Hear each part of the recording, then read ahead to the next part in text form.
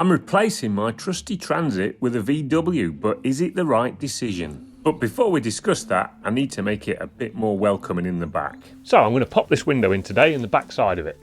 Should lighten things up a bit and it'll give the passengers a window to look out of. Now the reason I've chosen a VW is purely a commercial decision.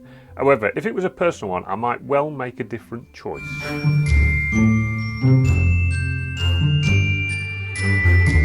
Which brings me back to the old VW or Ford question. Now if you've been following the nonsense I churn out on this channel for any length of time, you'll know that I've had this van for quite a while. And for the last 5 years and 100,000 miles, I've got to know the Transit Custom pretty darn well. Yeah, but why did you go for a Ford in the first place? Surely if you're building a camper, it's got to be a VW Transporter, isn't it? Now just hold your horses there, cowboy. It ain't that simple, is it?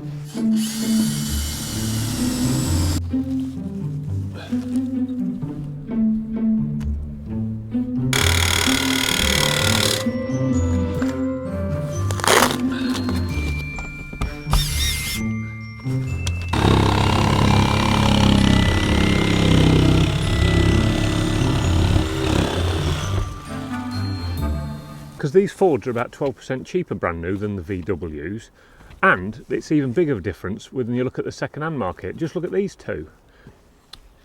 Not only that, but the Fords are wider, which means I can get a full-size double bed in instead of a 3/4 bed. So that price must be reflected in the build quality then.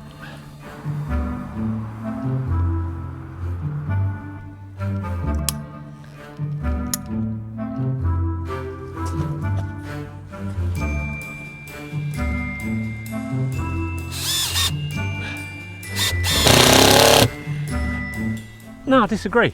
Vans are built to such fine tolerances these days that reliability ain't the issue that it used to be. Take this van. It's done 107,000 miles and it still drives like the day it came out the factory. Granted, a lot of those are motorway miles and I do drive a bit like an old fart. But the electronics and the switches, they all work perfectly well too. And they don't care which buffoon's operating them. They're either reliable or they're not. Well, they must be cheaper to run then.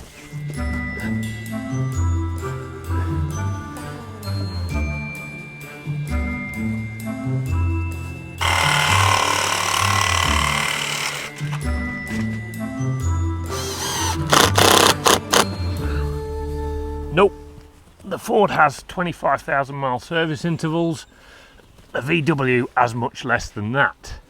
Also, the Ford has got a timing chain that lasts forever, the VW has got a timing belt which requires maintenance. So why do people always buy VWs then?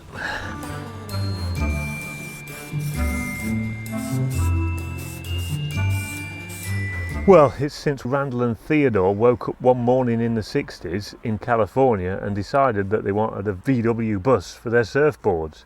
And so began 60 years of heritage aspiration and a wanting to belong to something. You can't compete with that, can you?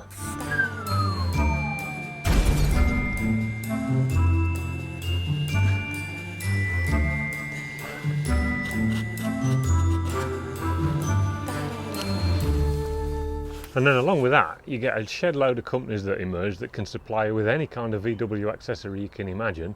And then along with that, you get economies of scale, which means I can buy a pop top for a VW for 1,500 quid, and yet for this, it cost me 2,000 quid. But you haven't got a pop top. Well, no, there's a 2,000 quid. All joking aside, they're both excellent vans. They both drive like cars. They've both got in-car technology that was unheard of in vans 10 years ago, and I suppose it just comes down to a matter of the head or heart. If you buy with your head, you might choose the Ford. If you buy with your heart, you might choose a VW. And like they say, you pays your money, you makes your choice.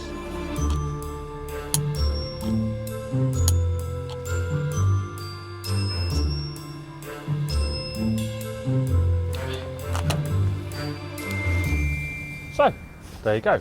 What do you think? What do I think? I think you should give me my hat back before they notice you've messed up the continuity. Yeah, I was kind of hoping they wouldn't notice that. Of course they'll notice. I'll tell you something else you've forgotten too. What? You were going to talk about some daft idea you had about VW's popularity being self-perpetuating or something. Oh yeah, well it's true.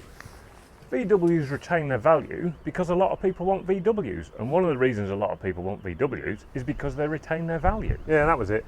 We're done now. Yeah, good. I'm off. How can you fly with eagles when you're amongst pigeons? Anyway, if you're interested in buying this van, there'll be a link in the description or somewhere.